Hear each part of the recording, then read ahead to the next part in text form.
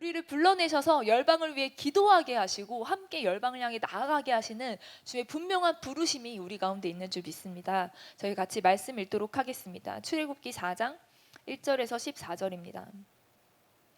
저와 여러분 한 절씩 교독하며 읽도록 하겠습니다.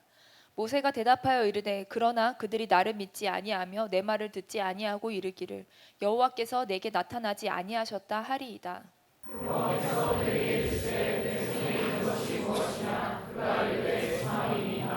여호와께서 이르시되 그것을 땅에 던지라 하시매 곧 땅에 던지니 그것이 뱀이 된지라 모세가 뱀 앞에서 피하매. 여호와께서 모세에게 이르시되 내 손을 내밀어 그 꼬리를 잡으라. 그가 손을 내밀어 그것을 잡으니 내 손에서 지팡이가 던지라.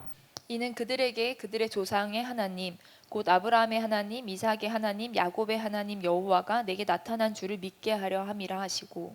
여호와께서 또 그에게 이르시되 내 손을 품에 넣어라 하시매 그가 손을 품에 넣었다가 내어보니 그의 손에 아병이 생겨 눈같이 된지라. 이르시되 내 손을 다시 품에 넣으라 하시매 그가 다시 손을 품에 넣었다가 내어보니 그의 손이 본래의 살로 되돌아왔더라.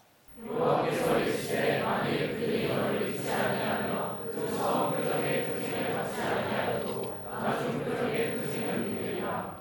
그들이 이 두 이적을 믿지 아니하며 내 말을 듣지 아니하거든 너는 나일강 물을 조금 떠다가 땅에 부으라. 내가 떠온 나일강 물이 땅에서 피가 되리라. 모세가 여호와께 아뢰되 오 주여 나는 본래 말을 잘하지 못하는 자니이다. 주께서 주의 종에게 명령하시는데도 역시 그러하니 나는 이미 법하고 화가 둔한 자니이다. 여호와께서 그에게 이르시되 누가 사람의 입을 지었느냐 누가 말 못하는 자냐 못 듣는 자나 눈 밝은 자나 맹인이 되게 하였느냐 나 여호와가 아니냐.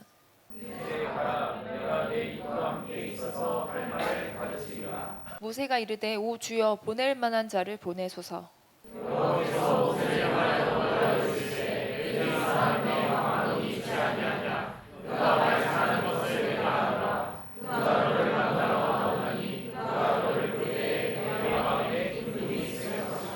아멘. 그럼 출애굽기 3장에 보면요 하나님이 떨기나무에서 모세를 불러 말씀하십니다. 네 발에 신을 벗어라 하시면서요 이제 이스라엘 백성에게 가라라고 말씀을 주십니다. 근데 모세는요 계속 이제 거절을 하죠. 그러면서 여기 우리가 읽은 본문에서요 거절로 시작합니다. 뭐라고 말하냐면 내가 말해도 그 사람들이 안 믿을 거라고. 내가 말해도 그 사람들이 그런 게 어딨냐고 할 거라고. 일리가 있어요. 이스라엘 백성 입장에서는 갑자기 도망갔다가 어디 저 광야에서 40년 만에 나타난 할아버지가 지팡이 짚고 막 이상한 얘기하면 아이고 노망 들었나 보다. 치매 걸렸나 보다. 할 수 있겠죠. 그러니까 모세 입장도 이해는 갑니다. 아니 내가 갑자기 나타나서 말하면 그거 듣겠냐. 그러니까 하나님이요. 야, 너 손에 가진 게 뭐냐라고 물어보십니다. 손에 가진 게 뭐예요? 지팡이입니다. 지팡이에요. 양을 치는 지팡이입니다. 양을 쳤기 때문에 목동으로 지팡이를 갖고 있어요. 여러분 이 양 치는 지팡이는요. 솔직히 도구로 쓰지만 모세 입장에서는 실패의 상징입니다. 왜냐하면 모세는요. 양 치는 지팡이를 들고 싶은 삶이 아니었어요. 모세는요. 40살까지 바로의 궁전에 살면서 반평생 봐왔던 지팡이가 뭐냐면 파라오의 지팡이입니다. 여러분이 혹시 이집트 고대 유물 이런 거 좋아하세요? 뭐 이런 스핑크스 이런 거 이렇게 피라미드 전설 이런 거 좋아하세요? 보면요 파라오가 이렇게 지팡이 양쪽으로 이렇게 두 개 들고 있습니다. 하나는 일반적으로 양치는 지팡이처럼 생긴 거 하나 들고 있고 하나는 약간 이렇게 이어졌다가 이렇게 약간 채찍처럼 나눠져 내려오는 거 양쪽으로 이렇게 들고 있어요. 이 양치는 지팡이 같은 하나는 통치와 지도, 보호를 의미합니다. 그리고 하나는 요거 도리깨처럼 생긴 그 채찍처럼 생긴 그거는요.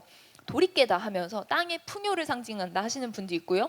이거 채찍이고 회초리다 하면서 징계, 권력, 심판을 의미한다라고 하시기도 합니다. 어쨌든 양쪽으로 교차돼서 두 개 딱 항상 들고 다니거든요. 모세는 평생 그거 봐왔을 거예요. 그리고 그런 권력, 그런 통치, 그런 지팡이를 앙망하고 생각하는 마음들이 있었을 거예요. 그거 재질 뭐였냐면요. 청동에 금박 입힌 겁니다. 아니면 투탕카멘의 지팡이는요. 흑요석이랑 파란색 유리를 붙여서요. 굉장히 좀 화려한 멋진 문양으로 장식을 했고 상아로 만든 홀도 있었대요. 그러니까 정말 존귀한 값비싼 지팡이들이 이집트를 통치하고 다스리는 걸 모세가 어릴 때부터 40세까지 봤어요. 자기가 이집트를 통치할 생각은 아니었었어도 그래도 이스라엘을 통치하려고 했잖아요. 히브리 백성을 구원하려고 했잖아요. 그러니까 자기가 생각한 통치, 권위, 지팡이는 그건데 자기 손에 들려있는 건 양치는 지팡이에요. 나무로 만들었겠죠. 무슨 나무지, 뭐 아카시아 나무지, 뭐 올리브 나무지 모르지만 그 나무로 만들었는데 실제로 사용하잖아요. 양들 치는 듯 쓰고 막 돌에도 부딪히고 짚고 일어나고 하니까 얼마나 이게 상처, 마모, 흠이 있었겠어요. 그러니까 사실 볼품 없습니다. 여러분, 적어도 이집트까지는 아니어도 이스라엘을 통치하고 다스리고 싶었는데 40세 실패하고 도망가서 80세까지 이거 양치고 있습니다. 약간 유행이 지난 단어인데 한마디로 이생망입니다. 이번 생에는 망했다, 끝났다, 이런 심령으로 그냥 양치고 있는 거예요. 먹고 살아야 되니까. 근데 노년에 다 끝난 인생에 하나님이 찾아오셔서 물어보는 거예요. 너 손에 뭐 있냐? 이거 이 보잘것없는 지팡이. 저는 말도 못해요. 이제 이 힘도 없어요. 젊음도 없어요. 아무것도 남지 않았어요. 그냥 양치는 지팡이. 저 그냥 목동이에요. 요거 하나 갖고 있습니다. 그런데요, 내가 보기엔 보잘것없는 거지만 하나님이 보시기엔 다릅니다. 모세에게 이게 실패든 뭐 양치는 지팡이든 뭐든 하나님은 어떤 걸로도 하나님의 무궁무진한 권능을 나타내실 수 있었어요. 여러분, 우리는요 하나님에게 흔히 이렇게 얘기합니다. 하나님, 요걸로는 조금 일하시기 힘듭니다. 내 손에 들린 게 파라오의 지팡이여야, 아니면 이스라엘을 통치하는 그런 권력, 지팡이여야 하나님이 나를 통해 일하실 수 있다고 생각하기도 합니다. 예를 들면 그런 거죠. 제 직업이 이 정도는 되어야 하나님께 영광 돌릴 수 있지 않겠습니까? 제가 가진 돈이 이 정도는 있어야, 지갑이 이 정도 두께는 되고 통장의 잔고가 이 정도는 있어야, 내가 이 정도 평소에 지분 가져야 하나님이 나를 통해 일하실 수 있지 않겠습니까? 제가 이 정도의 직업, 이 정도의 능력이 있어야 하나님이 나를 통해 일하실 수 있다, 이런 생각들이 있습니다. 근데 하나님은요, 세상에 어떤 것이라도 사용해서 하나님의 하나님 되심을 나타낼 수 있습니다. 아멘. 하나님은요, 우리의 손에 있는 것이 무엇이든 하나님은 우리를 통해 하나님의 살아계심을 증거할 수 있어요. 이 지팡이 던지라고 하니까 던집니다. 뱀이 돼요. 모세가 뱀 앞에서 피합니다. 내가 던진 지팡이인데 이게 바뀐 거잖아요. 그러니까 얘는 지팡이인데 이렇게 생각하진 않았던 것 같아요.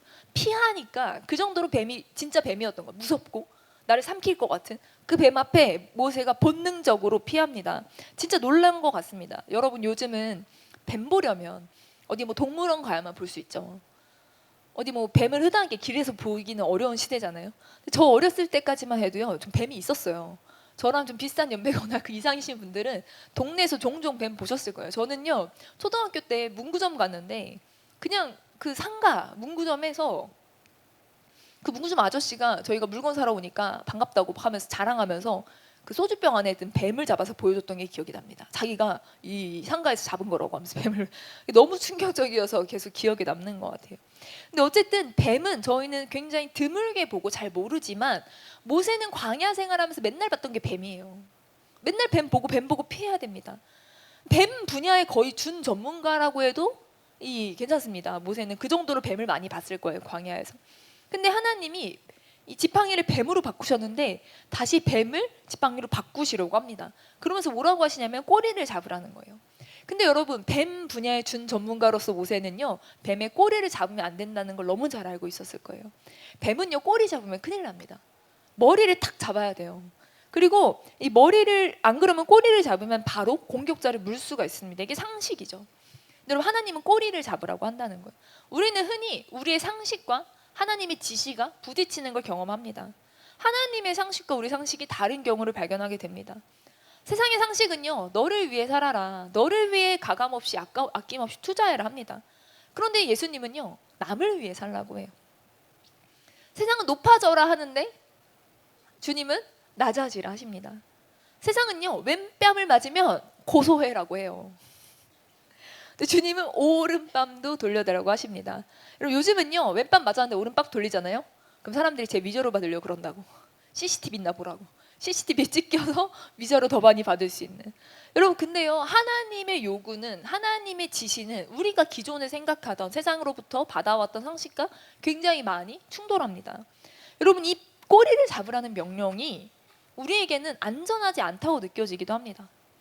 하나님이 세상 물정 모르는 소리 하시네. 하나님의 요구는 굉장히 많은 경우 우리를 당혹스럽게 합니다. 이것이 우리 그리스도인들이 당면하는 도전이라고 생각을 합니다. 지금 믿음을 드리라고요? 지금 헌신을 하라고요? 제 입장이 이해가 안 되세요, 하나님? 상식적으로 지금 이 상황에 말이 안 되는 거 모르세요? 저 지금 단기 선교 가라고요? 저 잘리는 거 모르세요? 여러분 우리가 모세라면요, 하나님이 꼬리 잡아 하면 하나님 저 광야 40년 잠깐 무시하시나요? 꼬리 잡으면 제가 어떻게 될지 모르는 줄 아세요? 라고 이렇게 하나님께 물어봤을 거예요. 그런데 모세는요, 하나님의 지시 앞에 자신의 상식을 주장하지 않습니다. 하나님 지시하실 때 이게 그냥 지팡이 뱀이라 그런 거 아니에요? 그러기에 모세가 이미 도망갔잖아요. 실제입니다. 뱀의 꼬리를 잡으라는 거예요. 이게 말이 된다고 그렇게 묻지 않고 모세는 바로 잡습니다. 근데 꼬리를 딱 잡았는데 그게 지팡이가 되는 거예요. 여러분 잡기 직전에, 잡으려고 하는데 잡기 직전에 이게 지팡이로 변했을까요? 지팡이를 잡은 걸까요? 뱀의 꼬리를 잡은 거예요. 여러분 뱀을 잡아보셨어요? 서늘합니다. 촉감이, 꼬리가 울퉁하는 그런 어떤 이 운동성이, 움직임이 있잖아요. 뱀 비늘이 느껴집니다. 이 촉감으로, 물론 80세 노년의 촉감이 많이 지금처럼 우리처럼 이렇게 민감하진 않겠지만 그래도 뱀의 꼬리를 잡았을 때 그 서늘하고 그 미끈 움직이는 그 충동하는 그 움직이는 느낌, 그 꿈틀거림이 느껴졌을 거예요. 여러분 찰나에 딱 잡은 순간 별의별 생각이 다 들지 않았을까요? 저 같으면요 잡지도 못했을 거고 딱 잡았는데 순간적으로 뱀의 촉감이잖아요. 그럼 던져버렸을 것 같아요. 근데요, 그 약간 생동감 있는 그 꿈틀거리는 그 뱀의 그 꼬리의 촉감을 딱 느낀 순간 그 촉감을 느끼고 그것이 단단한 자기 손에 익숙한 지팡이가 됩니다. 여러분 익숙한 지팡이의 감촉, 늘 만지던 그 감촉으로 변한다는 거예요. 여러분 말씀에 순종해 본 사람만 아는 포인트가 있는 것 같아요. 순종하라니까 순종합니다. 근데 딱 만졌는데 순종했는데 싸해. 이거 아닌데? 뱀인데? 나 물리겠는데? 죽겠는데? 별의별 생각이 순간적으로 다 듭니다. 하나님, 아니잖아요. 순종했는데 이거 아니지 않아요? 이런 변화들, 이런 지점들이 있어요. 그런데 뭐야 아니잖아, 뱀이잖아 했는데 순종한 순간, 그 순간에 그것이 지팡이로 바뀌는, 여러분 그 변화의 순간이 우리 손끝에 있습니다. 모세도요 손끝에서 뱀의 꼬리가 지팡이로 변하는 그걸 경험했잖아요. 우리도 우리 상식과 우리 주관과 우리 생각, 우리 경험을 넘어서서 하나님이 일하는 순간을 우리 손끝에서 늘 느꼈으면 좋겠습니다. 아멘. 그런 경험들이 우리 삶에 쌓였으면 좋겠어요. 근데 왜 뱀이죠? 사자나 호랑이는 아니죠. 왜? 딱 떨어뜨렸는데 막 몬스터로 변하다든지 더 멋있는, 더 멋진 괴물들로 변해서 이렇게 확 겁을 줄 수 있잖아요. 근데 왜 뱀일까? 지팡이가 길쭉하니까. 제일 변신하기 쉬웠을까요? 길쭉한, 제일 지팡이랑 비슷한 동물이 뱀이니까. 여러분 이 우리 문화권, 이 우리나라 유교 문화권 안에서 이 역사를 보면요, 왕을 상징하는 동물이 있습니다. 뭐죠? 우리나라는 조선시대 용이에요. 용. 왜냐하면 옷에도 왕의 의자에도 용이 새겨져 있습니다. 왕의 얼굴을 뭐라고 했죠? 용안이라고 하고, 왕의 옷을요 용포라고 하고, 의자는요 용상이라고 했어요. 근데 고대 이집트는요 용이 아니라 뱀이었습니다. 이 파라오는요 인간이면서 신이긴 했는데 머리에 이렇게 사다리꼴 모양의 이거 두건 쓰잖아요. 이게 네메스라는 두건인데 여기 한가운데 이 코브라로 장식되어 있습니다. 파라오의 수호신의 상징이에요. 그러니까 파라오의 권위와 권력이 뱀으로 비유되었고, 파라오 이 뱀으로 비유되면서 동시에 하나님이 하나님의 말씀으로 뱀이 되고 뱀이 지팡이가 되는, 그러니까 이 이집트 대제국의 엄청난 권능과 권위보다 더 뛰어난 하나님의 권능을 하나님이 보여주시려는 거예요, 이스라엘에게. 그러니까 첫 번째 기적을 보여주십니다. 내가 가면 안 믿을 거 이거 보여주면서 이스라엘 백성에게 보여줘라. 그들이 두려워하는 뱀의 권위보다 더 높은 권위, 하나님의 말씀의 권위를 보여줘라 하십니다. 그리고 그거 안 믿으면 두 번째 기적 준비해 줍니다. 두 번째 기적은 뭐냐면요, 손을 옷 속에 넣고 꺼내니까 나병에 걸려요. 다시 넣고 꺼내니까 온전해집니다. 여러분 제가 이스라엘 백성을 이거 봤잖아요. 저는 굉장히 의심이 많은 성격이라 항상 왜 그런지부터 검색하거든요. 항상 왜 그렇지?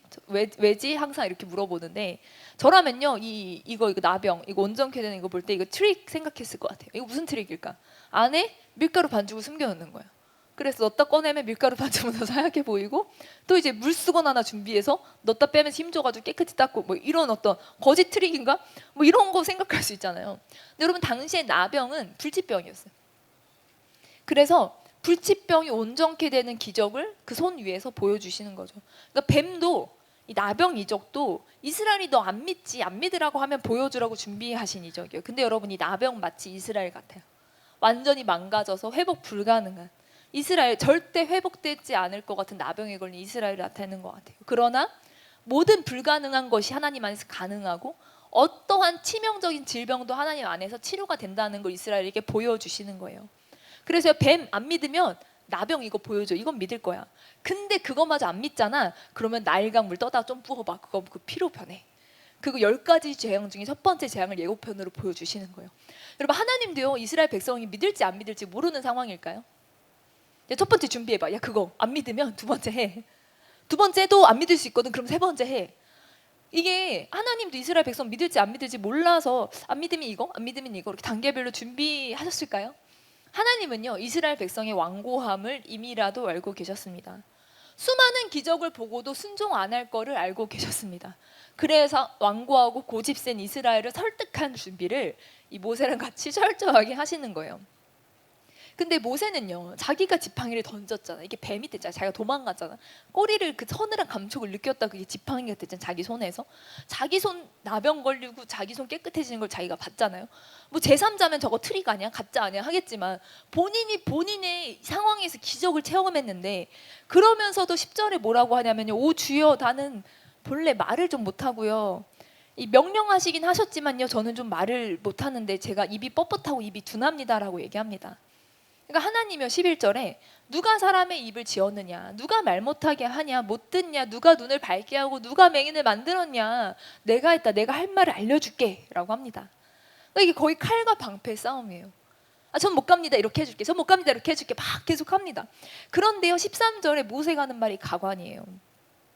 오 주여 보낼 만한 자를 보내소서.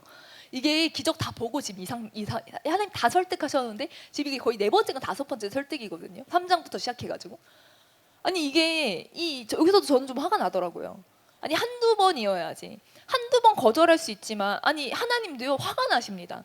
하나님도요 계속 못 간다 기적을 몇 번 보고도 안 간다 안 한다.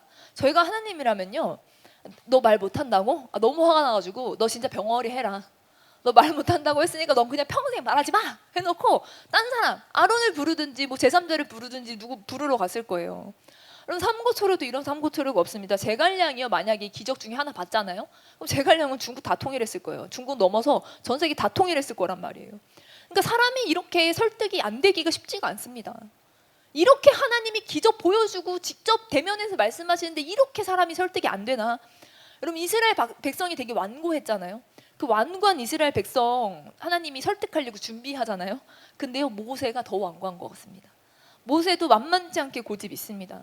하나님이요 이스라엘의 완고함과 싸우시기 전에 모세의 완고함과 싸우십니다. 하나님이요 모든 민족과 열방을 구원하기 원하시지만요 그러나 하나님은 우리를 통해 그 일을 하기 원하시지만 오늘도 우리 하나님은요 우리의 완고함과 매일매일 싸워주십니다. 우리에겐 순종할 수 없는 이유 100만 개가 있어요. 하나님이 내가 너를 통해 일하겠다, 내가 너를 사용하기 원한다 하면 우리는요 저도 못하는데요, 부족한데요. 여러분 겸손함을 가장한 완고함입니다. 겸손이 아니라 고집입니다. 겸손은요 하나님이 내가 너를 통해 일하겠다 하시면요 예 하나님 제가 참 부족하지만 그럼에도 하나님 그냥 원하는 대로 제가 한번 순종해 보겠습니다. 이것이 겸손입니다. 겸손한 사람들은요 부족해서 막 울면서도 하더라고요 순종을. 근데 아닌데요 못하는데요 다른 사람 시키세요 이게 반복되면요 이건요 위장 겸손이에요. 겸손을 위장한 교만함입니다. 하나님의 뜻보다 내 의견이 더 중요한 거예요. 하나님의 뜻보다 내 판단이 더 맞는 거예요. 내가 부족하고 내가 모자르고 내 판단이 정확해서 하나님이 나를 사용하시겠다는 거 하나님의 착각입니다 라고 얘기하는 우리의 교만함이에요. 근데 여러분 놀라운 건요 이 모세오경 이거 지금 2장에 걸쳐 씨름하는 거 있잖아요. 모세는 못하겠다 지금 5번째 하나님 화낸 거. 이 사건 누가 기록했어요? 모세가 기록했어요. 전 이게 너무 놀라운 것 같아요. 자기의 지독한 연약함을 너무나 적나라하게 반복된 자기의 연약함을 기록하고 있습니다. 저라면요 좀 간단히 했을 것 같아요. 좀 스킵하는 거죠. 아예 기록을 안 할 수는 없으니까 최대한 짧게. 모세도 좀 의심은 했다. 그러나 곧 순종했다. 이렇게 간단히. 근데 모세는요 자신의 연약함, 불순종, 의심 되게 자세하게 기록합니다. 많은 사람들이요 자기 연약함의 골몰에서 순종 못합니다. 자기 연약함에 파묻혀서 하나님의 부르심에 응답하지 못합니다. 그런 분들에게 모세는요 나도 그랬어. 그러나 하나님 너 포기 안 할걸? 하나님 끝까지 모세를 사용하셨기 때문에 그러나 하나님 너 끝까지 쫓아갈 거 이렇게 우리에게 말하고 있는 것 같아요. 근데 결국 하나님이 화가 나가지고 야 아론 올 거야 아론. 야 걔가 대신 얘기하면 되지. 걔 보고 말하라고 해 하십니다. 모세가 진짜 못해요 하니까 야 그럼 마지막으로 헬퍼 붙여줄게. 야 그럼 아론 하나 붙여줄게. 이렇게 한 게 아니에요. 세번역 성경을 보면요 그가 지금 너를 만나러 온다라고 합니다. 영어로도요 he is already on his way라고 합니다. 그가 이미 오고 있는 거예요. 이게 원어로는 다양한 시제로 해석이 가능하다고 하지만 문맥상 현재 진행형으로 오고 있는 것으로 해석하는 것이 맞다고 하여서 대부분의 거의 모든 번역본들이 현재 진행형으로 해석하고 있습니다. 이게 문맥상 맞다는 거예요. 그러니까 당장 출발한 건 아니랄지라도 이미 하나님이 아론을 콜링하고 계셨다는 거예요. 모세에게 너 말 못하는 거 알아. 아론 말 잘하잖아. 그러니까 나 못하겠어요. 그럼 불러줄게가 아니라 이미 걔 오고 있다고 라고 하신다는 거예요. 그러니까 하나님은 이스라엘의 완악함을 아세요. 그리고 모세에게 마음의 준비를 시키십니다. 그러나 동시에 모세의 완악함을 아세요. 완고함을 아세요. 그래서 또 아론을 준비시키십니다. 하나님은요 우리의 한계와 연약함을 너무 잘 아십니다. 그래서요 도울 자들을 다 준비하시고 우리를 불러내시는 거예요. 근데 우리는 그거 모르고 그냥 못하는데요 안 하는데요 그러고 있다는 거죠. 그리고 하나님이 요청하시는 데는 이유가 있습니다. 하나님이 요청하시는 건요 대안이 준비되어 있다는 거예요. 하나님에게는 다 방법이 있어요. 하나님이 순종을 요청하신다면요 하나님이 준비를 다 해놨다는 거예요. 사람이든 물자든 뭘 다 준비해놨기 때문에 너 끼라는 거예요. 영광의 자리 가운데. 내가 부족하지 않다는 게 아니라 하나님이 나 부족한 거 염두에 두고 상황을 짜놓으셨다는 거예요. 우리가 한계가 있는 인생이라는 걸 염두에 두고 하나님이 사람들을 동역자들 다 준비시켜 놨다는 거예요. 하나님의 대안이 있다는 거죠. 그래서 모세가 가서 아론을 만납니다. 막 기뻐요. 모세가 다 설명을 합니다. 이스라엘의 장로들을 다 모아요. 그리고 아론이 모세에게 들은 걸 전하고 그 앞에서 막 기적을 행합니다. 막 손 이거 넣었다 뺐다 지팡이 던졌다 합니다. 백성들이 막 하나님이 우리의 고난을 들으셨다 막 기뻐해요. 그리고 경배합니다. 여기까지는 되게 스토리 괜찮잖아요. 그런데 이 막 너무 이제 괜찮으니까 모세와 아론이 당당하게 이제 바로에게 갑니다. 우리 백성들을 보내라. 그런데 만만치 않아요. 애굽 왕이요. 야 노역이나 해라. 백성 감독도 불러서 야 쟤네 시간 많은가 보다. 쟤네 이제 벽돌 재료 주지 마. 알아서 주워서 만들게 해라고 합니다. 당시 벽돌을 만드는 방법은요. 진흙을 채취합니다. 진흙이요. 집을 섞어요. 결속력을 강화시키기 위해서. 그리고 틀에 넣어서요. 모양을 형성합니다. 성형을 하죠. 그리고 햇빛에 건조해서 벽돌을 만듭니다. 이 작업을 하루에 할당량을 채워서 해야 되는 노예들이었어요. 근데 짚을요. 원래 행정관이 줬어요.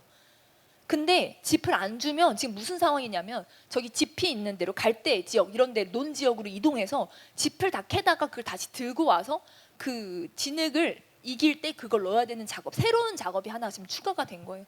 근데 가는데 오는데 거리가 있잖아요. 드는 에너지가 있잖아요. 그러니까 원래 해야 되는 할당량의 절반도 못 채울 격인데 다 하라는 거예요. 못하면 막 때립니다. 여러분 우리가요 하나님의 말씀대로 살겠습니다 하면요 주변에서 와 내가 배려해줄게. 저 선교 가겠습니다. 와 내가 일정 맞춰줄게.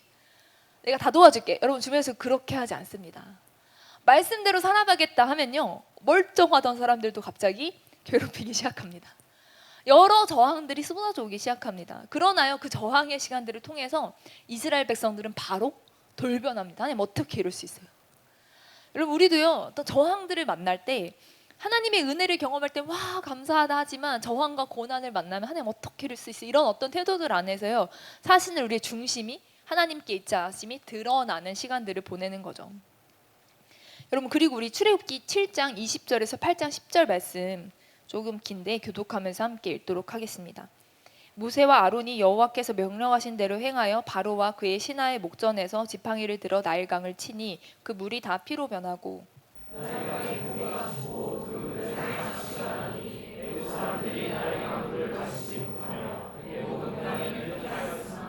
애굽 요술사들도 자기들의 요술로 그와 같이 행함으로 바로의 마음이 완악하여 그의 말을 듣지 아니하니 여호와의 말씀과 같더라.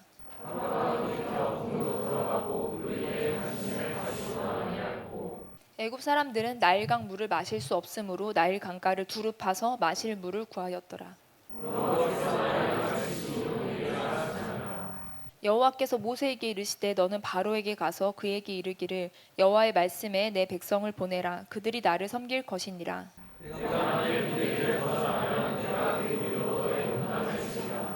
개구리가 나일강에서 무수히 생기고 올라와서 내 궁과 내 침실과 내 침상 위와 내 신하의 집과 내 백성과 내 화덕과 내 떡반죽 그릇에 들어갈 것이며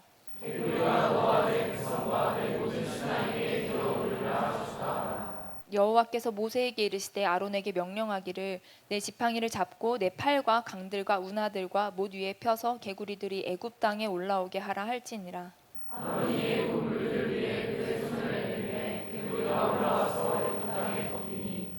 요술사들도 자기 요술대로 그와 같이 행하여 개구리가 애굽 땅에 올라오게 하였더라.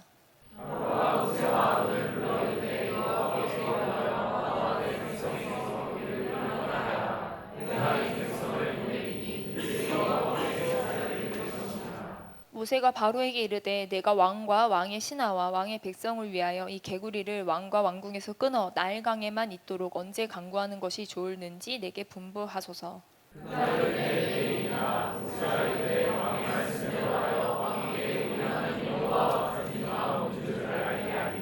네, 그래서요 바로가 완악해서 안 보내주니까 이제 기적 10가지 재앙이 시작되는 거죠. 첫 번째 재앙으로요 나일강, 이 이집트의 하수 제일 중요한 수자원, 이 나일강이 피로 물듭니다. 이게 뭐 무슨 뭐 현상 자연적으로 무슨 현상이 내렸다 많은 어떤 연구들이 있지만 어쨌든 이게 저는 물이 피로 변한 것이라 믿는데 근데 그것을요 요술사들이 따라합니다. 고기들이 죽어요. 물에서 낙취가 나고 애굽 사람들이 물을 못 마셔서 강가를 두루 파서 마실 물을 구하기 힘듭니다. 근데 요술사들이요 그러면요 상식이 있다면요 지금 외부 침입 세력이 이집트 입장에서는 외부 침입 세력이 와서 반란 세력이 와서 나일강을 피로 물들였어. 그러면 이 피로 물든 걸 어떤 기적을 행해야 돼요? 정상화 시켜야 되는 거 아니에요? 원상 복구를 시켜야죠. 근데 요술사들이요 똑같이 한다는 거예요. 물을 피로 바꿔요. 아니 이게 무슨 말이야? 마실 물이 없는데 지금 수자원이 제일 중요한 수자원이 공격을 받았는데 이집트 왕궁에서 요술사들이 그 권력 세력이 물이 피로 변한 걸 피로 물을 다시 바꿔줘야지 그걸 다시 똑같이 피로 바꾸고 있으면 어떡합니까? 왜 따라와요 이거를? 두 번째 기적은 더 충격적이에요. 두 번째는 개구리가 온 땅을 덮잖아요. 애굽의 요술사들도 따라합니다. 아니 개구리가 무수히 생겨서 이게 바로의 궁과 침실, 이 신하의 집, 백성들 집, 화덕은 떡 굽는 게 화덕이잖아요. 떡반죽 그릇까지, 떡을 만드는 그릇까지. 이제 개구리가 하면요, 떡반죽 그릇 떡 만들다가 개구리가 묻혀져서 이 화덕에 들어가면 개구리 빵이 되는 거예요. 개구리 만찬을 먹을 지역입니다. 여러분 모든 백성과 신하에게 개구리가 올라가는데 개구리 만져보셨어요? 여러분 개구리가요 이 피부에 점액질이 있어서 축축합니다. 근데 이 점액이요 냄새가 나요. 손에 진득하게 남습니다. 그리고 막 점프하잖아요. 예상대로 움직이지 않아요. 막 자기네들이 막 여기저기 점프합니다. 예측 불가능한 움직임. 그리고 무엇보다 우리가 관가하는 게 있어요. 개구리가 운다는 거예요. 여러분 이 수많은 개구리가 덮어서 막 끈적끈적한데 얘네들이 동시다발적으로 밤에 막 울기 시작하면 개구리 여러분 이게요 이 사람이 살 수 있는 게 아닙니다. 엄청난 대재앙, 대환장이. 여러분 자다가 이렇게 몸을 딱 돌려 침상에 올라 몸을 돌렸는데 푸치칙하고 개구리가 터져. 그리고 그게 막 구석에 막 잔뜩 개구리가 수십 마리인데 구석에 막 죽어 있어. 그 썩은 내. 그리고 화덕 따뜻하고 축축한데 개구리들이 모이는데 화덕이 따뜻하잖아요. 떡반죽 그릇까지 들어가서 막 모든 빵에 개구리 껴있고 개구리 튀김되는데 그 더러워서 어떻게 먹습니까? 악취도 심하고 완전히 모든 일상의 마비입니다. 근데요 개구리가 올라오게 하면 요술사들이 어떻게 해줘야 돼요? 아니 반란 세력의 개구리 작전으로 개구리 다 뒤집었으면 요술사들은 개구리가 떠나갈지어다 해서 개구리를 물리쳐야 상식이잖아요. 이게 상식이 정상이잖아요. 그런데 8장 7절을 보면요 요술사들도 그와 같이 행하여 개구리들 불러옵니다. 아니 개구리 때문에 숨 막혀 죽겠는데 개구리 더 부르면 어떡해요? 이 망할 개구리를. 그죠? 아니 모세가 행하는 재앙이랑 전반대로 해서 이를 수습시킬 생각은 없고요. 아니 뭐 대환장 파티를 만들고 요술사들 왜 이렇게 합니까? 요술사들은요 백성들을 살리는 거에 관심이 없는 것 같습니다. 백성들은 지금 계속 따라하면서 뭐라고 하냐면 야 그 너만 할 수 있니? 야 나도 할 수 있어. 마치 무슨 뭐 영어 광고 같은데 야 나도 하면서 나도 할 수 있어. 너만 해? 나도 능력 있어. 나도 경쟁에서 지지 않아. 자기를 과시하기 위한 능력을 계속 보여주고 있는 거예요. 백성들이 더 괴롭든 말든 상관없어요. 그냥 나도 너만 잘하는 거 아니야. 나 훨씬 잘해. 나도 똑같이 할 수 있어. 이거 증명만 할 수 있으면요. 이들의 요술사들의 능력은요. 백성을 살리는 방향의 능력으로 작동되지 않았습니다. 여러분, 이집트에서 이 나일강이 범람하면 수백 마리 개구리들이 태어나는데 이 때문에 이집트인들은요 개구리를 다산의 상징으로 보았습니다. 헤케트, 개구리 여신입니다. 그런데 이것 때문에 너무 괴로워서 결국 바로가 모세 불러다가 쫓아달라고 합니다. 근데 헤케트 여신한테 안 빌었을까요? 헤케트 여신한테 갔겠죠. 이 상황을 무마해달라고 빌었겠죠. 다 소용없으니까 모세를 찾는 거죠. 여러분, 이 위대한 바로의 신, 개구리 신, 헤케트의 신이 노예의 신 여호와의 조종을 받는다는 걸 인정해야 되는 상황이에요. 쉽지 않았을 거예요. 나도 이만큼 하는데 너만 하니 나도 해. 이렇게 하면서 개구리를 진탕 불러왔던 요술사들의 능력은요 결국 자신들의 신을 부인하고 스스로 더 괴롭게 만드는 모순에 빠뜨렸습니다. 디모데후서 3장을 보면요 이 요술사들 이름이 나와요. 바울이 얀네와 얀브레라고 이름을 알려줍니다. 성경은 안 넣는데요 유대 전승이 나온다고 합니다. 얀네와 얀브레가 모세를 대적한 것 같이라고 하고요. 그리고 결론적으로는 그들의 어리석음이 드러날 것이라. 어리석음이 드러난 그런 사람으로서 얀네와 얀브레를 다루고 있어요. 여러분, 우리가요 능력을 갖추고 힘을 갖추려는 이유가 무엇입니까? 내 모양을 드러내고 내 능력을 드러내고 내가 높아지기 위한 능력은요 결국 한계에 부딪힙니다. 그 능력으로 더 괴로워질 뿐입니다. 하나님의 능력은요 살리는 능력입니다. 아멘. 생명의 능력이에요. 자기를 과시하고 드러낸 능력이 아닙니다. 23절에요 나일강이 피로 변했을 때 바로는요 돌이켜 궁으로 들어가고 그 일에 관심도 없었다고 합니다. 아니, 애굽 사람들 가장 중요한 수자원 테러 당했는데 물을 마실 수도 없어서 물 못 마시면 3일 만에 사람 죽습니다. 강가를 두루 파서 겨우 물을 구해야 되는 그런 시점에 어떻게 바로는 관심도 없냐. 아니, 어떻게 이 나라의 통치자가 이럴 수가 있습니까? 여러분, 파라오가요 만약에 바로가 이 상황에 대책을 강구하잖아요. 그러면요 대책을 강구한다는 것 자체가 그 자체로 문제가 있다는 걸 인정하는 게 돼요. 바로는 신의 현현인데 내가 나일강을 통제해야 되는데 나일강을 되돌리기 위해서 혹은 수자원을 추가로 마련하기 위해서 만약에 리더십, 헤드십이 전전긍긍하면서 어떻게든 이 문제를 해결하려고 한다면요 자신의 신적 권위가 부인될 수밖에 없습니다. 심각한 위기입니다. 그래서 차라리 회피하는 게, 부정하는 게 정치적으로는 훨씬 생존이 가능하다고 느꼈을 거라는 거예요. 그럼 개구리 재앙에서는 이건 그냥 무시하지만 개구리 재앙은 너무 괴로우니까요 개구리를 떠나게 해달라고 8절에 보면 부탁합니다. 근데 9절에 모세가 물어봐요. 언제? 아니, 개구리를 당장 개구리를 좀 떠나게 해주시오. 뭐 진짜 자존심 다 구기고 부탁하는데 모세가 왜 언제라고 왜 물어봐요? 그냥 즉시 하면 되잖아. 부탁받으니까 오케이 개구리들 떠나라 하면 개구리 다 떠나면 되게 멋있잖아요. 영화 같은 데서 극적이잖아요. 근데 왜 언제 선택하라고 해요? 모세는요 바로에게 기적의 시점을 선택하게 했습니다. 이로써 이 기적이 진짜로 하나님께 왔음을 보여주는 거예요. 하나님은 언제든 무엇이든 가능하다는 걸 바로한테 보여주는 거예요. 근데요 그래 모세는 하나님의 능력이라는 것을, 하나님으로부터 시작된 기적이라는 것을 보여주려고, 왜냐하면 이 사건을 통제할 수 있는 거잖아요. 언제 했을 때 언제 해줘라고 하면 오케이 받아들이면 그건 안 돼 할 건 아니잖아요. 언제 했으면 언제 오케이 할 거면 이 기적이 진짜로 하나님께로부터 왔다는 걸 보여주는 좋은 질문인 거죠. 언제라고 물어본 건. 근데 여러분 여기에요 바로의 대답이 되게 이상해요. 10절에 뭐라고 말하냐면요 너무 괴로워 죽겠잖아요. 지금 개구리들 생각해 보세요. 바로의 침상에 돌아 누우면 개구리 퍽퍽퍽 터지고 냄새 막 침상 계속 이불 갈아야 되는데 이불 개구리들 끈적끈적 다 붙어있고 누웠다 일어나면 등에 막 점액질 다 해가지고 막 머리부터 시작해가지고 밥 뭐 먹는데 막 개구리 먹는지 뭐 먹는지 모를 지경이고 막 코로 개구리 뒷다리 들어오고 막 귀로 들어오고 막 잠도 못 자고 너무 괴로운데 뭐라고 해요? 내일이라고 해요. 미쳤구나. 바로가 정신이 나갔어. 이게 왜 내일이야? 지금 이렇게 괴로워서 이렇게 고통스러워서 지금 당장 좀 어떻게 좀 자존심 구기고 모세 불렀으면 제발 지금 뭘 물어보냐고 제발 지금 데려가라고 할 텐데 왜 이걸 내일이라고 할까요?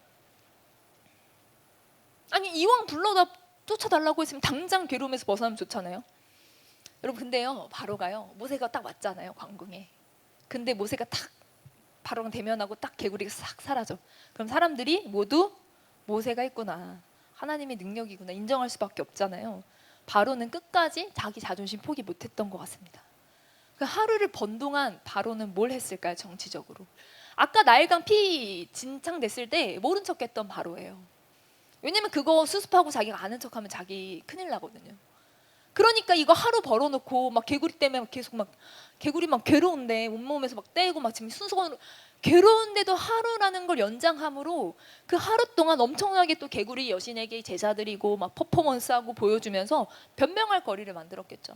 시간을 벌었겠죠. 당장의 사람들이 고통하고 뭐고 상관없어. 내 자존심 지키고 제국 지킬 힘 지키는 게 훨씬 더 중요한 거예요. 그래서 오늘 아니라 내일이라 한 거죠. 근데 여러분 우리도요 너무 많이 오늘 지금이 아니라 내일이라고 합니다. 어릴 때부터 우리 맨날 공부해야지 내일부터, 시험 기간 내일부터, 청소 내일 해야지, 지금도 운동 내일 해야지, 식단 내일부터. 너무 많은 게 내일부터예요. 왜냐하면 오늘 지금 하는 건 너무 어렵습니다. 심리학자들은요 이걸 연구해요. 왜 사람들은 내일이라고 하는가. 왜냐하면 모든 인류가 다 내일이라고 하니까, 다 미루니까. 인간은요 내일의 나를 과대평가한다고 하더라고요. 오늘 안 하는 내가 내일의 나는 할 거라고 믿는 거예요. 근데요 실제로 내일의 나는 오늘의 나보다 조금 더 게으르대요. 근데 우리는 내일의 나를 과대평가하고 내일의 나를 기대하는 거죠. 나랑 다를 내일의 나를. 그리고요 이게 사실은 좀 더 근본적으로 인간의 뇌는 고통을 피하고 편한 것을 선택하도록 설계되어 있다고 합니다. 공부, 청소, 운동 이런 거 당장 하려면 되게 불편하잖아요. 기꺼이 해야 되잖아요. 그래서 내일로 미룬다는 거예요. 그럼 지금 만약에 당장 우리가 순종해야 된다. 지금 당장, 지금 오늘 이 9시 내가 믿음을 선택해야 된다. 그러면요, 예를 들면 조금 구체적으로 내가 지금 당장 뭐 선교사를 가야 된다. 아니면 단기 선교를 결정해야 된다. 이런 어떤 믿음으로 결정해야 되는 순간이 지금 당장 나에게 올 때 사실은 지불해야 되는 대가가 많고 불편함이 많습니다. 그래서 우리는요, 믿음의 순종과 믿음의 선택을 굉장히 많이 내일로 미룹니다. 지금 순종해야 되면 너무 복잡하고 할 게 많으니까 다음엔 해야지. 올해는 못하니까 내년엔 해야지. 지혜적으로는 그럴 수 있어요. 그러나 그것이 반복된다면 내일이 또 내일이 되고 내일이 또 내일이 되고 내년이 또 내년이 되고 또 내년이 돼서 우리가 지금 주님이 받기 원하시는 순종과 믿음을 드리지 못하고 그것이 내일로 연결된다면요, 그건 우리가 그 사이에 고통하고 싶지 않은 나를 지키고 싶은 거예요. 변명할 시간이 필요할 수 있는 거예요. 나를 지킬 시간이 필요한 그런 모양일 수 있다는 거죠. 여러분이 재앙이 10가지 재앙이 나오는 동안 9번 반복되는 동안 이 화장실 들어갈 때 나올 때 다르다라는 말이 바로한테 계속 적용이 됩니다. 끊임없이 입장을 바꿉니다. 당장의 급박한 문제만 해결되면 언제 그랬다는 듯이 입 딱 씻고 얼굴 딱 씻어요. 여러분이 바로의 모습이 우리 안에 동일하게 있습니다. 하나님이 이 문제만 해결해 주시면 제가 이렇게 하겠습니다. 염치 없지만 다시 한번 하나님이 이 문제만 해결해 주시면 제가 지난번에 약속했던 것까지 2배로 하겠습니다. 여러분 우리는 고등학교 때 하나님 대학교만 해결해 주시면, 입시만 해결해 주시면 제가 헌신하겠습니다. 대학교 때는 취업만 해결해 주시면 제가 헌신하겠습니다. 취업해서는 결혼만 해결해 주시면, 결혼해서는 자녀를 낳아서는 자녀 입시만, 자녀 취업만, 자녀 결혼만. 여러분 급박할 땐 하나님을 찾지만 문제가 해결되면 우리가 하나님을 왜 찾았는지 완전히 까먹는 우리의 모습과 사실은 바로의 모습이 다르지 않다는 거예요. 연약하죠. 연약할 수 있습니다. 그런데요, 연약함과 완악함은 한 끗 차이입니다. 구분하기 쉽지 않아요. 이게 연약한 건가 완악한 건가. 모세도 굉장히 완악했습니다. 하나님이 여러 차례 설득하셨어요. 3장에서 4장을 거쳐서 5번이나 설득을 하셨습니다. 모세의 고집도요 바로 못지 않습니다. 불타는 떨기나무 앞에서 하나님을 대면했어. 증거를 막 더하시고 지팡이, 나병, 별의별 주님 보낼 만한 아론이 웃고 있다. 여러분 하나님의 부르심에 응하기 어려운 연약함과 완고함도 정말 이 대단한 고집도 모세에게 있었습니다. 그런데 연약함과 완악함을 어떻게 구분합니까? 연약한 거랑 완고한 거랑 어떻게 구분합니까? 하나님이요 연약함은 도우십니다. 근데요 완악함은 꾸짖으십니다. 여러분 모세의 완악함에 하나님이 노하셨습니다. 꾸짖으셨어요. 그래서 결론적으로 어떻게 됩니까? 모세가 순종합니다. 반복되어질 때요 태도로 검증이 됩니다. 태도로 구분이 됩니다. 결국 순종이 되냐 안 되냐로 구분이 되는 것 같아요. 결국 순종이 된다면 모세는 결국 순종을 했잖아요. 이것이 연약함이었습니다. 결국 순종하지 않는다면요 완악함이 되는 것 같습니다. 혹시 이 기로에 서신 분이 있다면요 이제는 내일이 아니라 오늘 지금 결단하실 수 있기를 축복합니다. 왜냐하면 바로도 회개는 하거든요. 계속해서 이번은 내가 범죄하였노라 회개를 해요. 회개는 하는 거 합니다. 그러나 10가지 재앙을 경험하고도 다시 이스라엘 쫓아갑니다. 바로는 회개한 게 아니라 후회한 거였습니다. 후회는 감정적 반응입니다. 그때 그렇게 하지 말걸. 감정적으로 안타깝고 슬프고 자기 연민도 막 있어요. 아쉬움도 남고요. 막 뉘우치면 양심의 가책도 느낍니다. 죄책감이 있어요. 다시는 그러지 말아야겠다. 그리고 우리 안에요, 지독한 죄의 DNA가 있습니다. 우리 안에 옛사람, 이 죄된 습성들이요, 마치 화장실 곰팡이 같아요. 이게 없앴다면 다시 기어오르고 없앴다면 다시 기어오르고, 상황과 조건만 맞으면 생겨요. 순식간에 덮어버립니다. 여러분, 없애는 건 너무 어려운데, 여러분, 때때로 우리가 후회를 합니다. 근데 후회와 회개의 차이는 뭡니까? 회개란요, 후회는 어떤 감정적인 내가 왜 그랬을까, 다신 그러지 말아야지 라는 것이 후회라면요, 회개는요, 후회, 어떤 뉘우침을 넘어서 행동이 바뀝니다. 방향이 바뀝니다. 하나님께로 방향이 바뀌는 게 회개입니다. 그래서 회개는요, 열매가 나타납니다. 바로는요, 순종도 없었고요, 열매도 없었습니다. 그래서 회개한 것이 아니라 그냥 그는 후회했던 거예요. 모세는 결국 하나님께 순종했습니다. 모세는요, 자신의 완고한 고집을 꺾고 하나님 앞에 순복했습니다. 우리도 완고하고 우리가 완악할 수 있지만, 그러나 결국엔 순종함으로 하나님을 따라가는 자들이 되길 원합니다. 아멘. 후회가 아니라 회개하는 자들이 되길 원합니다. 여러분, 이거 지팡이 뱀 되는 거 따라하잖아요. 날강 피로 바뀌는 거 따라하잖아요. 이거 개구리 막 넘쳐나는 거 따라하잖아요. 이렇게 따라하다가요, 세 번째 기적 딱 만나니까 못 따라합니다. 세 번째 기적이 뭐였냐면요, 티끌이 먼지가 이가 되는 거예요. 이거 왜 못 따라하지? 요술사들이요, 그 얀네와 얀브레가 이것은 하나님의 권능입니다 하고 두 손 듭니다. 아니, 날강 붉게 만드는 거 따라하고 개구리 올라가게 하는 거 따라했으면서 왜 이는 못 따라해? 여러분, 이 이가요, 여러분이 아시는 그 머릿니 생각하시면 안 돼요. 여러분, 머릿니 경험하신 적 있어요? 저 어릴 때는 머릿니가 꽤 유행을 했어요. 그래서 학교에서 막 머리 맞대고 모둠 학습 이런 거 하잖아요. 그러면 이 옮겨 다니는 애들이 있었습니다. 근데 그런 머릿니가 아니라 약간 작은 흡혈성의 어떤 벌레로 보는데, 몸이나 털, 피부에 달라붙어서 피부를 물어서 괴롭게 하는 그런 흡혈성 벌레로 본대요. 그러니까 작은 모기류나 등해류, 그런 벌레로 대부분 추측을 한다고 합니다. 근데 여러분, 이게 무제한 번식을 하는데 티끌이 이가 됩니다. 여러분, 아무리 보잘것없는 것도요, 이 작은 거 1에서 3mm 정도라고 하거든요. 이것도요, 생명은 생명입니다. 정말 작은 벌레도요, 생명은 생명입니다. 생명의 일은요, 하나님 아니고는 안 됩니다. 아멘. 따라할 수는 있었어요. 물이 피가 되게 개구리들이 올라오게 할 수 있었어요. 왜냐하면 개구리들이 있으니까 걔네들을 불러올 수 있었어요. 그러나 생명이 탄생하게 하는 거, 창조의 역사잖아요. 티끌이 이가 되게 하는 거, 그거는요, 요술사들이 이거는, 이 생명의 일은 이게 아무리 보잘것없어도 이거는 하나님의 권능이다라고 포기한다는 거예요. 여러분, 저도요, 그 지금 아기가 5살인데 그때 처음에 아기 임신했을 때가 쌍둥이였어요.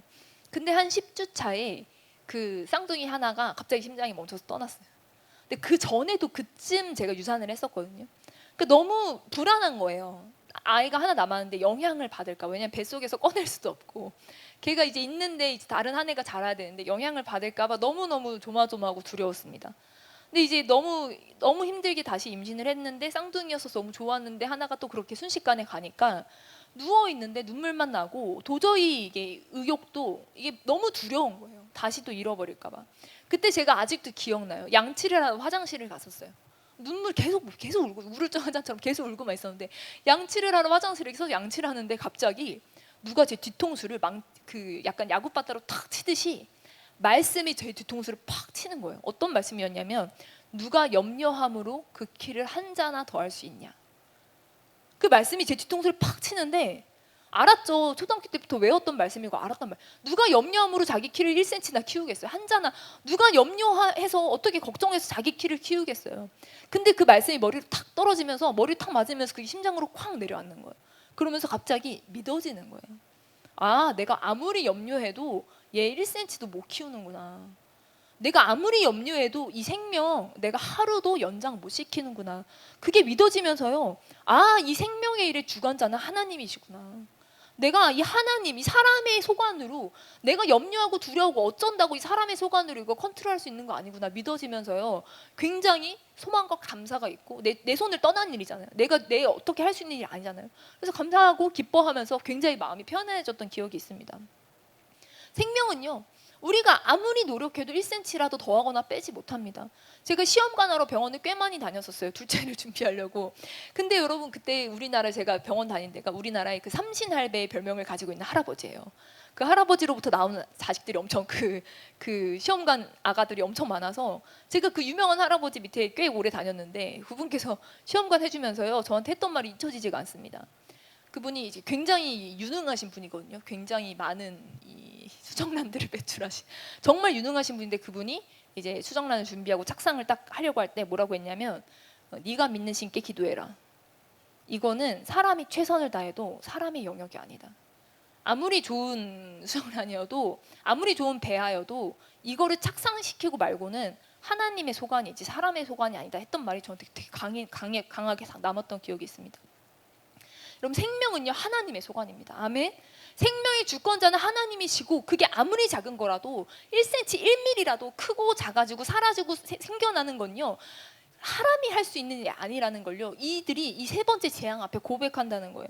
여러분 우리는요 이 10가지 재앙이 왜 필요했는지를 너무 많은 설교를 통해 알고 있어요. 왜냐하면 이 10가지 재앙 항목 모두가 이집트의 신이었다는 거예요. 하나님이 이스라엘 백성들이 이집트에 살면서 자기들도 모르게 문화적으로 습득했던 어떤 관념들이나 상식들이나 생각들 있잖아요.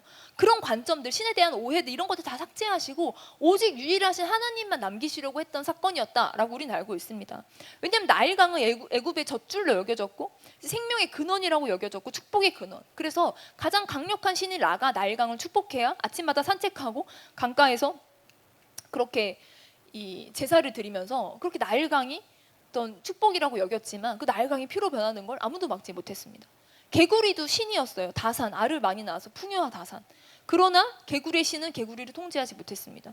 전부 죽는 것도 막지 못했어요. 땅의 신도 있었습니다. 그러나 티끌이 이가 되는 걸 막지 못했고 파리를 관장했던 곤충의 신도 파리를 막지 못했어요. 소의 뿔을 달고 있던 가축도 가축의 신들도요 질병과 죽음을 막지 못하고 속수무책으로 무너졌습니다. 질병의 신이 있었지만 독종을 막지 못했고요. 하늘의 신도요 우박과 불을 막지 못했습니다. 폭풍의 신이요 메뚜기를 몰고 오는데 동풍을 못 막습니다. 태양 신도요 흑암이 됐는데 막을 수가 없는 거예요. 그리고 마지막에 장자, 모든 생명을 대표합니다. 장자의 전멸은요 모든 생명이 죽었다는 걸 의미하고 상징합니다. 여러분 이 10가지 재앙이 지나가는 동안 이집트의 신은 아무것도 하지 못합니다. 그래서 이 10가지 재앙이 오히려 이스라엘 백성에겐 축복이 되어서 더 이상 이런 것들이 나를 보호하고 나를 돕지 못하는구나. 이것들이 내가 이집트에서 평생 신이라고 말하는 문화 속에 보고 듣고 자랐지만 그러나 이것이 신이 아니라 여호와 하나님이 신이라는 걸 이스라엘 백성에게 알려주시는 거예요. 여러분 이 이집트의 신들이 이스라엘 400년 동안 그들의 상식이었습니다. 겹겹이 쌓여있던 잘못된 생각을 무너뜨리시고 벗기시면서요 하나님이 하나님 되심을 드러내신다는 거예요. 여러분 우리 안에도요 잘못된 상식들이 쌓여 있습니다. 잘못된 생각들이 쌓여 있습니다. 과학적으로는 맞을지도 몰라요. 상식적으로 사실은 보편적으로 맞을지도 모르겠습니다. 예를 들면 뱀의 꼬리를 잡으면 안 된다는 것 같은 일이에요. 그러나 하나님이 잡으라고 하실 때 잡는 게 상식입니다. 그런데 우리는 세상에서 주입된 가치관, 세상에서 들은 생각들로요 켜켜이 하나님이 아닌 다른 것들을 숭배하고 따르고 있는 우리의 모습 가운데 여러분 이스라엘 백성에게 이름 바꿔야 됩니다. 10가지 재앙이 아니라 10가지 축복이었듯 하나님은요 바로를 하나님의 도구로 사용하셔서 바로의 마음이 죽게 있다. 바로의 마음을 완악하게 하심으로 하나님은 이스라엘 백성들에게 일하신다는 거예요. 여러분 주변에 마음이 완악한 사람이 있다면요 어쩌면 여러분이 하나님을 의지할 수 있게 만들어준 하나님의 분명한 도구일 수 있겠습니다. 그리고 그 사람을 통해 여러분이 하나님이 아닌 다른 것들을 의지하는 게 무너진다면요 그보다 더 큰 축복이 없다고 생각합니다. 그렇게 한 커플 우리 안에 내가 옳다고 여겼던 것, 내가 믿는다고, 내가 맞다고 생각했던 것들, 세상이 맞다고 했던 것들, 그렇게 해야 된다고 했던 것들이 한 커플 벗겨지면서 그러면서 마지막 10가지 재앙을 만나는데요. 가정 먹을 분량에 따라서 이제 어린 양을 계산해서 잡으라고 합니다. 그리고 이 먹을 집에 좌우 문설주에 바르고 인방에 바르고 고기를 불에 구워서 무교병과 쓴나물과 같이 먹습니다. 날 것이나 물에 삶아 먹지 말고 구워 먹어라. 하나님이 유월절 음식을 준비하게 하시고, 그리고 허리에 띠를 띠고 발에 신을 신고 이제 출애굽할 준비를 실제적으로 하는 거예요. 여러분, 그래서 애굽 전역에 장자들이 죽어서 비명 소리가 가득한 그날에요, 이스라엘 백성들은 그 문설주에 피비린내 맡습니다. 그 밤을 여러분, 피에는요 철분이 굉장히 많아요. 그래서 이 쇠 같은 냄새가 나죠. 피 냄새 많이 맡으시는 그런 직종들도 있으실 거예요. 간호사로 일하시거나 의사로 일하시는 분들은. 여러분들, 그런 짙은 비린내, 따뜻한 필수로 냄새가 더 많이 난다고 하더라고요. 근데 6월절은요 날씨가 또 따뜻할 때예요. 그래서 더 피 냄새가 진동하고 강하게 났을 거예요. 근데 여러분, 그 피가 발라진 그 집에는요, 어린애가 살든 노인이 살든 손가락질 당하는 세상에서 소위 저런 사람은 쓰레기 같은 사람이야, 그런 사람이 그 집에 살든 상관없어요.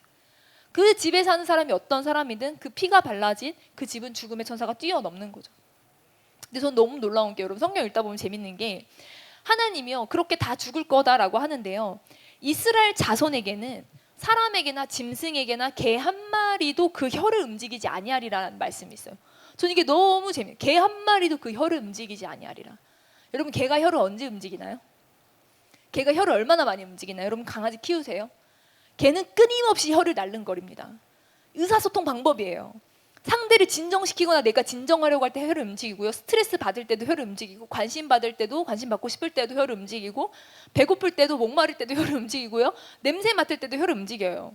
입천장에 후각기관이 있대요. 그래서 혀를 날름거리면서 냄새를 맡는다고 합니다. 그럼 더 잘 맡아진대요. 아플 때도 혀를 움직이고요. 여러분, 자면서도 렘수면 중에 혀를 움직인다고 합니다. 깊은 잠에 들어가면 긴장이 풀리면서 또 혀를 움직인대요. 혀로 체온 조절을 해서요, 자다가도 언제든지 혀를 움직인다고 합니다. 움직이지 않는 순간을 찾는 게 더 힘들어요. 개혀. 한번 개 키우시는 분 집에 가서 혀만 계속 보세요. 놀라운 건요, 이스라엘 백성에게는요, 하나님이 지키시는 사람들에게는요, 개 한 마리도 그 혀를 움직이지 아니한다. 맨날 움직이지 않는 순간을 더 찾기 힘든 개의 혀까지도 하나님이 주관하신다는 거예요. 그래서 온 집안의 장자는, 동물이랄지라도 소태생은 전부 다 죽지만 개 한 마리도 그 혀를 움직이지 않도록 지키시는 그 하나님의 철저하고 세심하신 놀라운 보호하심이 이스라엘의 그 문설주에 어린 양의 피를 바른 집에는 있었습니다. 그게 이집트 사람이 발랐어도, 온갖 다른 민족 사람들이 이스라엘 사람들 보면서 쫓아 발랐어도, 그 어린 양의 피가 없는 집은 심판이고 죽음이고 사망이지만 발라진 집은 유월절, 구원이 임하고 출애굽이 있는 날이었어요. 여러분, 예수님이 유월절 어린 양으로 오셨죠. 그분께서 우리를 위해 유월절 어린 양으로 잡히시고 죽으셨습니다. 그래서 모든 물과 피를 쏟으셨습니다. 우리의 모든 죄를 담당하셨습니다. 우리가 과거에 지었던 죄들, 혹은 우리가 현재 죄라는 걸 알아, 죄지, 근데 좋아하잖아요. 죄를 즐기기 때문에, 내 기호기 때문에 떠나지 못하는 죄들이 있어요. 습관적으로 반복해서 짓는 죄들도 있어요. 우리는요 죄인이라서, 아까 잠깐 얘기했지만 우리 본성에 죄인이 있어서, 여러분, 우리가 죄를 안 짓는 것 같아요. 왜 안 짓냐면요, 이 때와 상황이 안 맞아서 안 짓는 거예요. 그러나 여전히 또 때와 상황이 맞춰지면 우리 안엔 죄가 기어오릅니다. 우리는요 참 완고하고 완악합니다. 죄를 반복합니다. 그러나 그 모든 죄들을 뒤집어쓰고 예수님이 저주의 상징인 골고다 십자가에서 죽으셨습니다. 어린 양의 찢기심으로 우리의 완고함과 완악함에 예수 그리스도의 보혈이 덮어졌습니다. 여러분, 우리 의지로는 순종이 안 됩니다. 내 의로는요 순종이 안 됩니다. 그러나 하나님의 능력으로, 보혈의 능력으로 이집트의 모든 권세들이 힘을 잃습니다. 여러분, 이 놀라운 구원의 일들이 펼쳐지는데요, 한번 생각해 보세요. 모세가 이거 봐, 너무 흥미진진하고 재밌잖아요. 정말 이 허리 띠띠고 모든 준비 세팅하고, 그리고 유월절 먹으면서 하나님이 출애굽을 향해 달려나가는 그 순간에 얼마나 기쁨과 환희와 축제가 있었겠습니까? 근데 모세가 한번 생각해 보세요. 자기가 하나님 설득하다 포기했으면 어떨 뻔했어. 하나님이 모세 한 4번까지 설득하다, 얘는 진짜 안 되겠다, 너 그냥 진짜 벙어리 해버려 하고 다른 사람 불러냈으면, 모세는요 자기가 연약한 걸 너무 잘 알고 있었어요. 자기가 한계가 분명하다는 걸 명확하게 알고 있었어요. 그러나 내 연약함에 하나님은 끝까지 설득을 하셨다. 그럼에도 불구하고 나를 순종의 자리로 불러내셨다. 그래서 이러한 놀라운 구원의 일들을 보이신다. 여러분, 그런 모세를 끝까지 설득하시고 불러내시며 구원의 통로가 되게 하셨던, 구원의 역사를 보여주셨던 그 하나님께서 오늘 우리와 함께 계심을 믿습니다. 아멘. 우리 연약합니다. 우리 부족합니다. 근데 여러분, 우리가 연약하고 부족한 거보다 하나님이 훨씬 더 잘 아세요. 우리가 난 10쯤 부족할까? 나 마이너스 10일까? 이렇게 생각하면 하나님 보시기에 마이너스 1000 어디 바닥 뚫어요. 비교할 수 없게 연약합니다. 하나님이 내가 모르는 나의 연약함까지 다 아십니다. 내가 차마 죄라고 생각하지도 못했던 것들까지 하나님은 다 아십니다.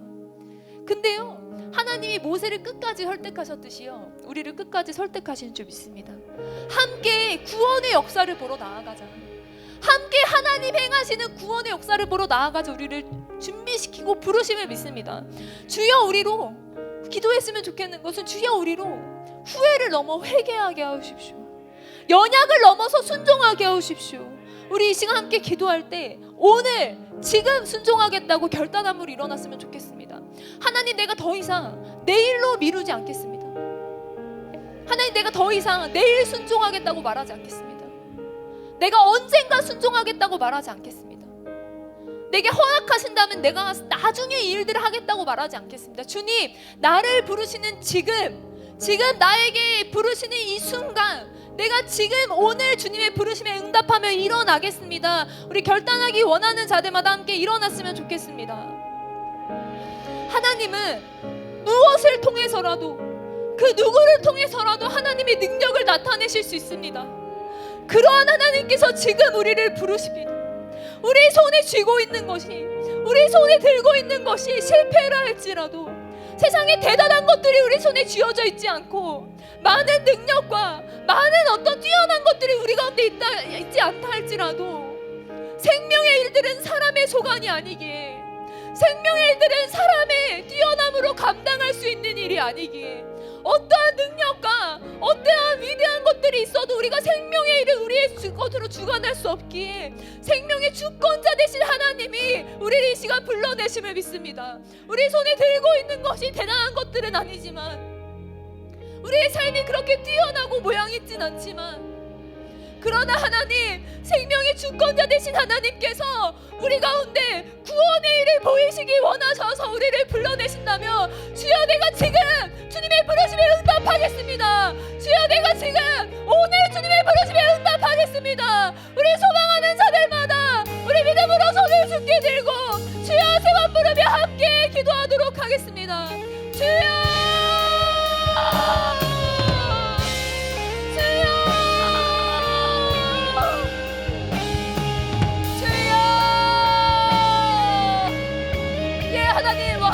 확보할 수 있습니다. 하나님, 우리를 끝까지 포기치 않고 부르시는 그 하나님의 부르심 앞에 하나님, 우리가 지금 오늘 순종함으로 나아가기 원합니다. 하나님, 수많은 회개를 필요하고 수많은 후회를 필요하고, 우리가 더 이상 어떤 감정적인 후회를 넘어서서 하나님, 내가 순종의 자리 가운데 설 수 있는 자들이 되기를 원합니다.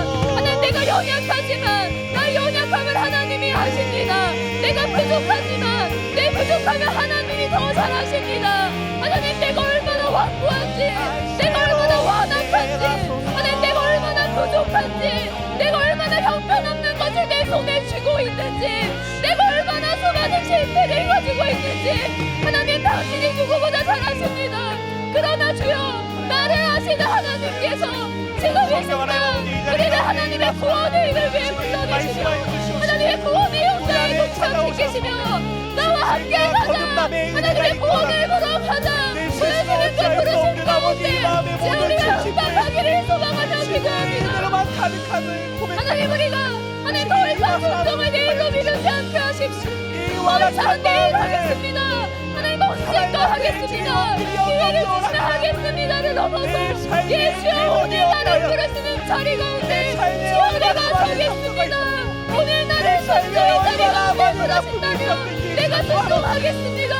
하나님, 우리가 믿음으로 순종하며 나아갈 수 있는 자들에게 하십시오. 우리의 연약함을 도우시며 우리의 연약함을 하시는 주께서 하나님, 우리를 도우시며 우리에게 동역자를 붙여주시고 하나님, 놀라운 구원의 회복이 일어납니다.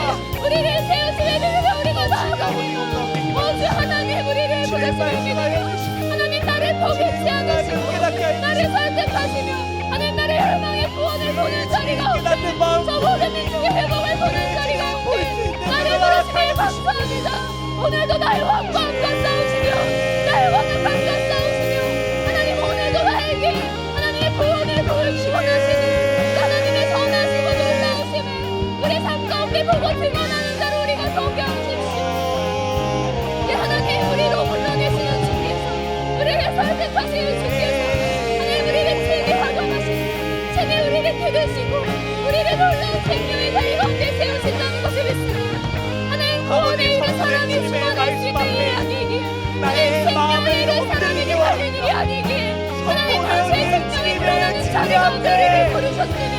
예수여 내가 연약해서 순종하겠습니다. 예 하나님 내가 부족해서 순종하겠습니다.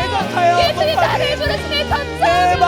하나님 내가 구원을 보겠습니다. 하나님 우리가 그런 부르심 자리 가운데 설 수 있는 자들이 되게 하십시오. 하나님 우리 연약함을 하시고 우리 영의 구역자들이 주시옵소서. 하나님 놀라운 계획을 주시옵소서. 우리 향하여 선하신 계획을 펼치시는 그 하나님의 놀라운 가운데 우리가 들어가기를 소망합니다. 하나님 우리의 소비를 하시고 하나님 고생과 은혜를 불러내시고 하나님 그들에게 하나님 구원을 보이시고 하나님 그들을 통하여 구원의 자격이 있으시고 원하신 그 영광을 바라보게 하시고 하나님 우리가 완악한 자로 끝나지 않게 하시고 하나님 기꺼이 순종의 자리 가운데 설 수 있는 자가 되시고 하나님 내가 서야 하는 순종의 자리가 어디 있지 하나님 내가 순종해야 되는 자리가 어디 있지 나를 부르신 순종의 자리가 어디 있지 우리가 주여 부르심을 깨닫고 설 수 있는 자리 되기를 기도합니다.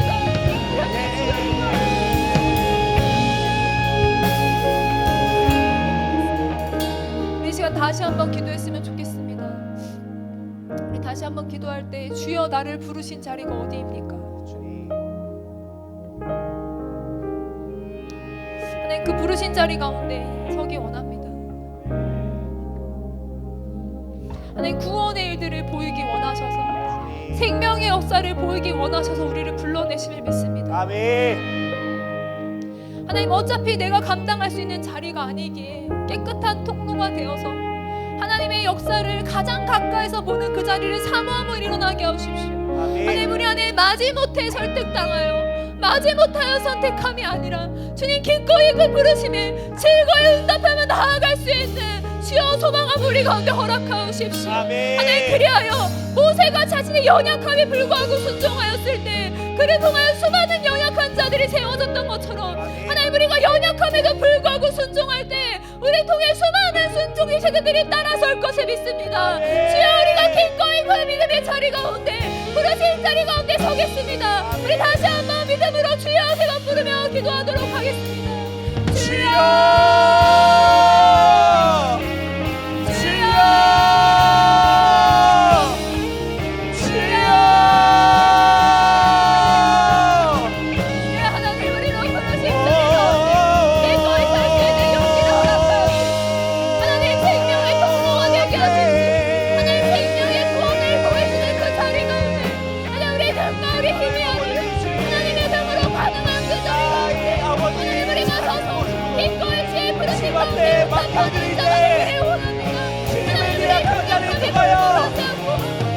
열방과 민족을 경영하실 수 있는 분임을 고백합니다. 주님 나 자신에게 갇히지 아니하게 하시고 오 아버지 세상이 기절하고 세상이 재단하는 나의 모습에 내가 스스로 갇히지 아니하게 하시고 이 시간 하나님의 시선으로 나를 보게 하시고